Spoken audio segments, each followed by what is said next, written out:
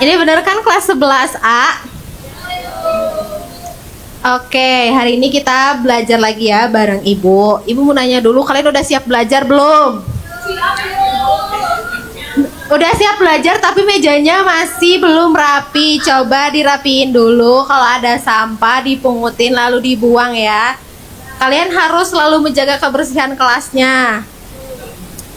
Oke, sebelum memulai pembelajaran boleh kita berdoa dulu. Siapa KM-nya di sini? Boleh berdoa dulu ya.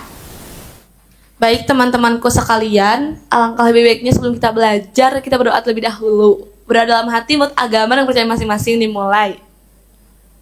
Amin. Udah Ibu. Oke, terima kasih Rita. Nah, sebelum lanjut ke pembelajaran boleh di scan dulu ya, kita presensi dulu.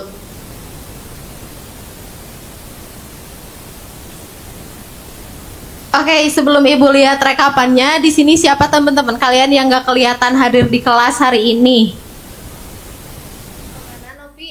Novi lagi sakit, Ibu.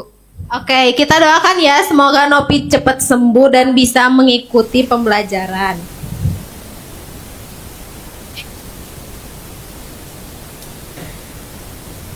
Nah, hari ini kita akan belajar mengenai pemeriksaan fisik saldo kas kecil dan perlakuan adanya selisih kas kecil. Nah, sebelum lanjut ke materi, ada yang inget gak minggu kemarin kita belajar materi apa? Boleh? Seingat saya mah Ibu ya, kalau nggak salah, yang kemarin kita belajar tentang pencatatan dana kas kecil. Itu ada sistem pencatatannya yang impres sama fluktuasi. Ya nggak sih, Bu? Oke, bener banget ya. Boleh tepuk tangan buat Rita. Nah, tujuan pembelajaran kita hari ini yang pertama, siswa mampu menjelaskan mengenai pemeriksaan fisik dana kas kecil. Siswa mampu menjelaskan mengenai selisih dana kas kecil. Yang ketiga, siswa mampu untuk menghitung saldo akhir dana kas kecil. Dan yang terakhir, mampu untuk mengembangkan berpikir kritis dalam menyusun berita acara kas kecil. Sebelum lanjut ke pemaparan materi, ada yang tahu nggak kenapa kita harus melakukan pemeriksaan fisik dari dana kas kecil? Agar catatannya sesuai dengan jumlah uang yang asli. Oke, boleh tepuk tangan ya buat Ayu, bener banget. Berarti Ayu ini sudah membaca materi yang udah Ibu share. Nah, cakupan materi hari ini yang pertama ada pemeriksaan fisik dana kas kecil, selisih dana kas kecil, berita acara kas kecil, dan jurnal selisih dari dana kas kecil itu. Nah, materi yang pertama mengenai pemeriksaan fisik saldo kas kecil. Pada saat akhir periode, pemegang dana kas kecil harus mempertanggungjawabkan semua pengeluaran dana kas kecil yang terjadi di perusahaan. Lalu yang kedua, itu selain pemeriksaan pada buku kas kecil yang dilampiri bukti transaksi pengeluaran kas kecil, perhitungan uang kas secara fisik juga dilakukan. Jadi selain kalian mencatat, kalian juga harus melihat gitu ya, uang fisiknya. Lalu yang ketiga ada pemeriksaan fisik ini dilakukan dengan surprise audit. Nah, surprise audit di sini yaitu audit secara mendadak. Jadi kadang audit ini bisa dilakukan di pertengahan atau di akhir bulan. Lalu yang ketiga ada pengelolaan dana kas kecil perlu dilakukan karena perusahaan melakukan pembayaran biaya-biaya secara tunai. Nah, kenapa biayanya dilakukan secara tunai? Karena kan kas kecil ini bisa dibilang pengeluarannya relatif kecil gitu ya. Jadi biasanya memang sih pengeluaran biaya ini secara tunai. Lalu yang ketiga, jumlah saldo kas kecil menurut perhitungan fisik harus sama dengan saldo kas kecil menurut catatan. Jadi uang yang kalian pegang dan catatan yang kalian catat selama ini harus sama. Lalu yang terakhir itu ada perhitungan uang dilakukan oleh pemeriksa dan disaksikan oleh 2 orang serta dibuat berita acara. Nah, pada saat ada surprise audit ini, perhitungan uangnya dilakukan oleh pemeriksa juga disaksikan oleh 2 orang serta pemegang dana kas kecil tersebut.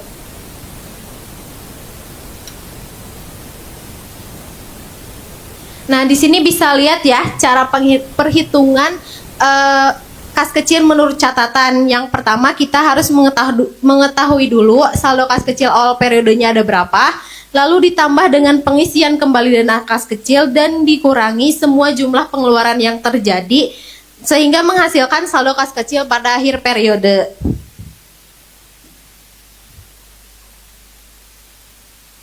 Nah, di sini ada contoh perhitungan dan berita acara kas kecil. Yang pertama, di slide sebelumnya sudah dijelaskan untuk menurut catatan itu ada saldo awalnya dulu, pengisian kembali, lalu pengeluaran kas kecil. Sehingga di sini diketahui ya saldo akhir dari kas kecilnya itu berapa. Terus perhitungan fisiknya juga harus dirinciin. Kan kalau di Indonesia itu kita pakainya uang kertas dan uang logam. Nah, ada beberapa pecahan juga kan. Dirinciin uang kertas tuh ada pecahan berapa aja. Di sini kan dijelasin ada 3 lembar pecahan 100.000, 6 lembar pecahan 500.000, ada 9 lembar pecahan 20.000 dan seterusnya. Lalu di sini uang logam juga sama dihitung. Misalkan pecahan 1000 ada 105 keping, pecahan 500 ada 123 keping dan seterusnya. Lalu di sini uang kertasnya juga dijumlahkan ada berapa. Dan juga uang logamnya juga sama dijumlahkan sehingga nanti jumlah saldo fisiknya berapa. Nah, di sini bisa dilihat ya kalau misal menurut catatan dengan menurut fisik itu sudah sama, berarti ini tidak ada selisih. Lalu gimana Bu kalau misal ada selisih gitu ya, pencatatannya seperti apa? Nah, kita lanjut. Nah, ini Ibu jelasan sekarang ya. Sekarang masuk ke materi selisih dana kas kecil. Nah, di sini ada 2 jenis dari selisih dana kas kecil. Yang pertama, ada cash overage dan cash shortage. Kalau cash overage itu berarti saldo fisiknya lebih besar daripada catatan. Yang kedua ada cash shortage, kebalikannya berarti selisihnya itu lebih besar di catatan daripada di fisiknya. Nah, seperti yang tadi ditanyain gitu ya sama anak-anak, uangnya ada yang ngegorolong gitu ya. Nah, ini tuh salah satu penyebab dari selisih dana kas kecil. Yang pertama, jumlah yang diterima atau dikeluarkan lebih besar atau lebih kecil daripada jumlah yang seharusnya dicatat karena tidak terjadinya pecahan kecil. Kayak semisal ada yang datang ke pemegang dana kas kecil itu untuk membayar listrik sebesar 27.500, tapi karena tidak ada uang yang pas dikasih 30.000 terus nggak dikasih kembalian. Nah, itu bisa jadi salah satu penyebab kas kecil adanya selisih. Lalu yang kedua, ada kehilangan akibat kekeliruan saat transaksi penukaran, misalkan saat memberikan uang kembali. Nyambung sama contoh yang pertama tadi, misalkan harusnya ada kembalian 2.500 nih, tapi ternyata tidak tercatat. Jadi itu bisa menjadi penyebab selisih. Terus yang ketiga adanya uang palsu. Nah, sebenarnya ini uang palsu tuh banyak kejadian gitu ya. Jadi kalian sebagai pemegang dana kas kecil ini harus secara teliti gitu melihat uangnya apakah asli atau palsu. Terus yang terakhir ada kesalahan pencatatan dalam jurnal. Misalkan harusnya kalian mencatat 27.500, kalian malah mencatat 25.700. Nah, ini bisa menjadi penyebab selisih dari dana kas kecil. Dan yang terakhir, hal lain-lain atau bisa dibilang human error gitu ya. Terus pada akhir periode, pencatatan selisih kas lebih dianggap sebagai pendapatan. Dan selisih kas kurang dianggap sebagai kerugian atau beban. Nah, di sini ada yang tahu nggak kenapa kalau semisal kas lebihnya dianggap sebagai pendapatan?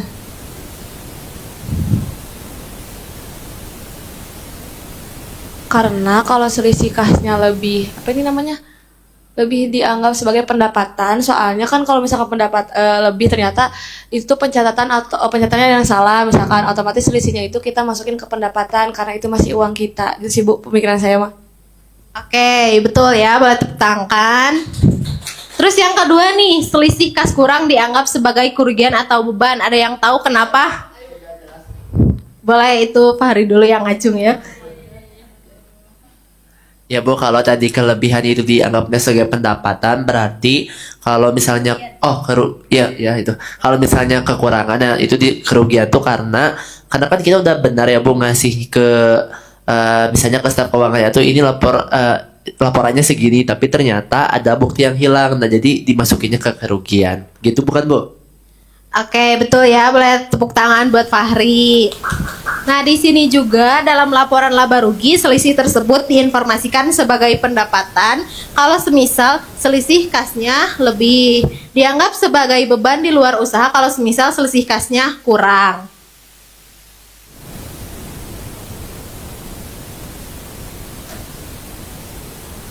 Nah, di sini ada pencatatan jurnalnya ya. Yang pertama, apabila terjadi selisih kas lebih pada dana kas kecil, maka jurnalnya kas kecil di debit dan selisih kas kecil di kredit. Terus yang kedua, jurnal apabila terjadi selisih kas kurang dana kas kecil, selisihnya di debit dan kas kecilnya di kredit. Mungkin kalian bertanya-tanya gitu ya, kenapa selisih kas kecil ini kadang ada di kredit, kadang ada yang di debit kan? Nah, ini tuh nyambung di penjelasan sebelumnya. Kalau semisal selisih kasnya ada di kredit berarti dianggap sebagai pendapatan. Kalau semisal selisih kas kecilnya di debit dianggap sebagai beban. Nah, kalian juga udah belajar ya mengenai mekanisme akun debit kredit. Kalau pendapatan bertambah di, kalau beban bertambah di. Oke, sampai sini ada yang masih bingung nggak kenapa kas kecilnya ada di debit, ada di kredit? Oke, kita lanjut ya berarti.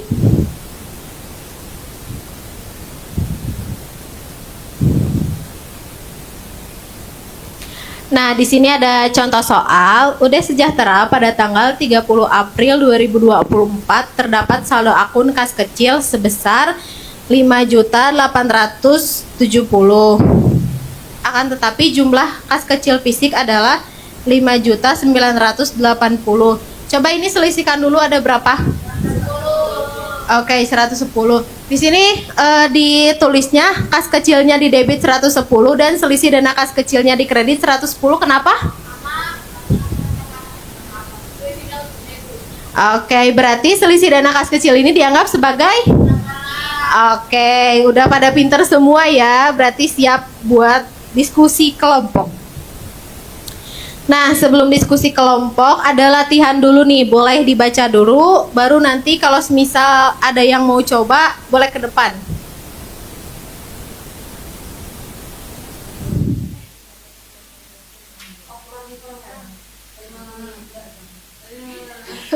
Ayo, boleh, ayo.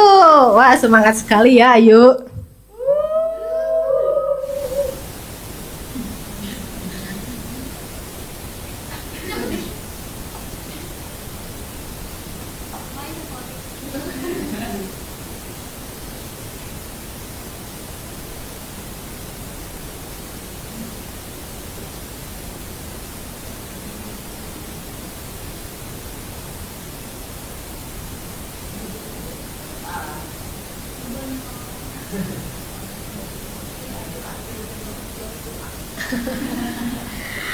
Oke, apakah betul? Kita coba lihat jawabannya ya. Jawabannya betul. Nah, di sini berarti selisih dana kas kecilnya dianggap sebagai. Oke, mantep banget, dia udah pada pinter. Kita sekarang lanjut ke diskusi kelompok. Ibu bagi menjadi 3 kelompok. Ini kelompok 1, kelompok 2, dan kelompok 3. Boleh ya? Diskusi ya. Boleh. Selama 2 menit. 1 menit deh. Ayo, ada yang kesusahan enggak? Iya, ini tinggal dijumlah. Uang kertasnya ada berapa, uang logamnya ada berapa. Ada yang kesusahan nggak? Ini Bu susah banget, saya teh nulis berita acara tapi kita mau ngitung dulu. Oke, ngitungnya yang tepat ya. Boleh diskusi. Iya Ibu, ini saya tuh lagi disuruh buat ngerjain dulu nomor 1 Ibu. Oh, oke. Waktunya 40 detik lagi ya. Ada yang susah nggak kelompok 3? Bentar Bu, ini lagi dihitung. Oke. Ada yang susah nggak? Masih diskusi. Oke. Semuanya diskusi ya. Nanti kalau kelompoknya yang paling cepat dan jawabannya benar, akan ke depan menulis jawabannya.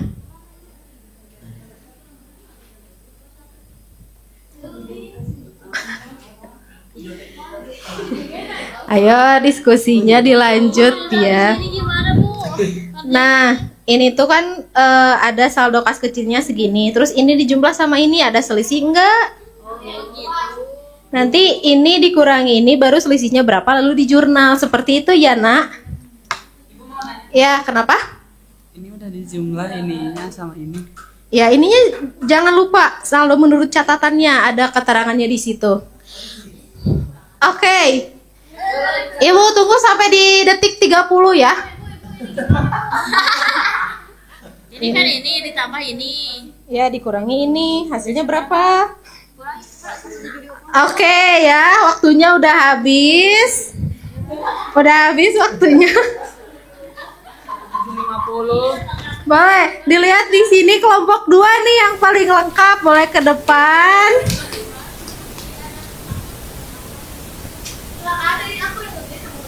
Ayo cepet ke depan. Nah, di jurnal dulu yang pertama di sini, nanti jurnal yang keduanya di sini. Ini yang diisi cuman saldonya sama saldo fisik terus selisihnya aja ya, biar cepet. Ya. Ya, 1 sama 2 jurnalnya. Cepat Rita.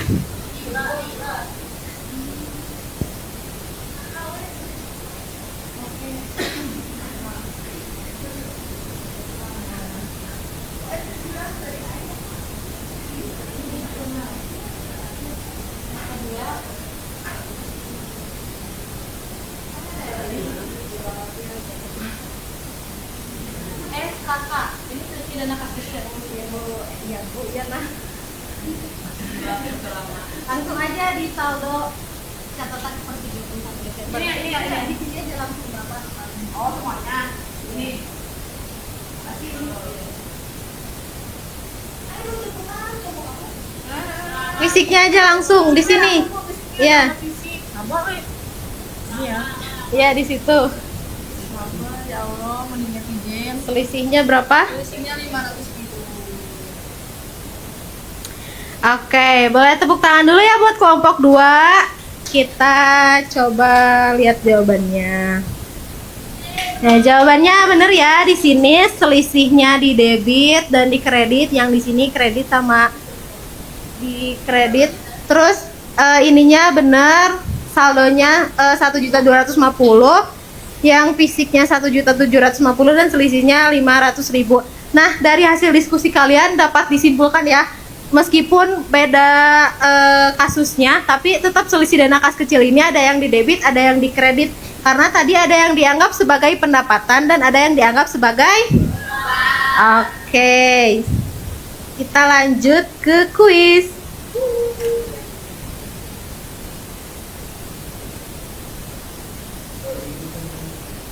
Ya sabar ya nak ya. Sok. Yang nilainya paling gede bakalan dapat poin tambahan dari ibu. Ya hadiahnya pahala ya. Ayo pada join semuanya. Di sini baru ada Ayu dan Erlin. Semangat banget ya. Siapa nih yang namanya Mardian? Ayo, Ibu tunggu sampai di menit ke-6 ya.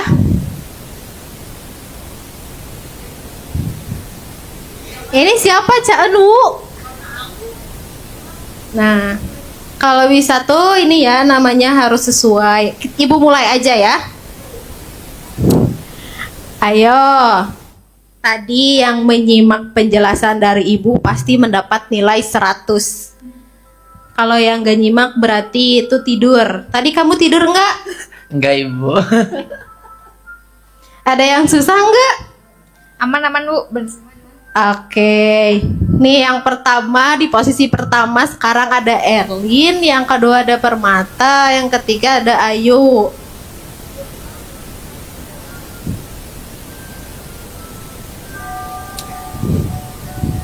Ayo ya. Kalau yang nyimak tadi berarti bisa mengerjakan. Kalau yang gak nyimak berarti kurang. Kamu ya? Ayo Ibu tunggu 9 detik lagi.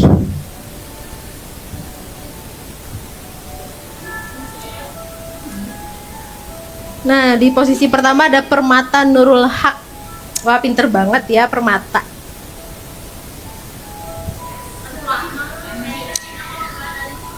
Oke, kita end dulu ya.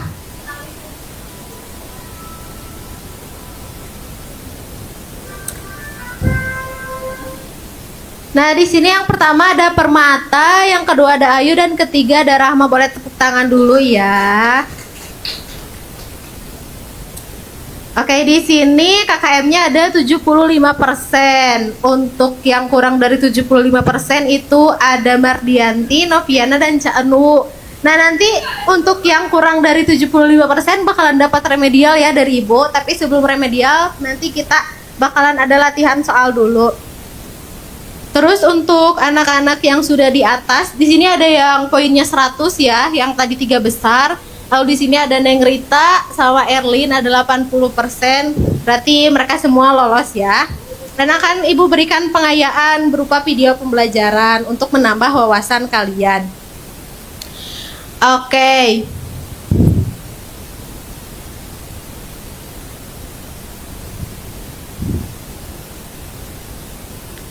Di sini siapa yang bisa menyimpulkan pembelajaran hari ini? Boleh Fahri. Semangat banget ya Fahri. Ya Ibu. Jadi untuk kesimpulannya, jadi kita tuh tahu gitu Bu, ketika di dalam perusahaan ada yang namanya kas kecil, yang dimana itu tuh untuk mempermudah transaksi-transaksi yang nominalnya kecil. Dan nanti ketika ada audit, bakal ada audit perhitungan juga, apa dilihat apakah sisanya sesuai atau enggak, itu bisa di tengah-tengah ataupun di akhir gitu. Nah itu tuh kalau bisa terjadi kerugian, kita berarti dicatatnya di kerugian, di selisih kas yang gitunya ada akunnya. Terus untuk pendapatan, kalau lebih berarti diakuinya sebagai pendapatan. Seperti itu Bu. Oke, boleh tepuk tangan ya buat Fahri. Oke, di sini ada yang masih belum paham gak mengenai materinya? Oke, kalian lebih suka belajarnya tadi kayak ceramah, kuis, kelompok, atau misalkan nanti ada video pembelajaran? Oke, mungkin di pertemuan selanjutnya kita coba video pembelajaran ya. Dan untuk materi pemeriksaan fisik dan selisih dana kas kecil ini sudah selesai. Kita lanjutkan materi di pertemuan selanjutnya mengenai laporan mutasi kas kecil. Nanti setelah ini Ibu akan menyampaikan dulu materinya melalui WA. Kalian baca dulu, nanti minggu depan kita adain pretest.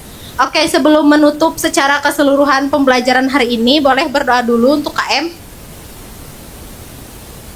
Oke teman-temanku, sebelum kita pulang, alangkah lebih baiknya kita berdoa terlebih dahulu. Berdoa menurut agama dan kepercayaan masing-masing dalam hati. Mulai. Amin. Memberi salam.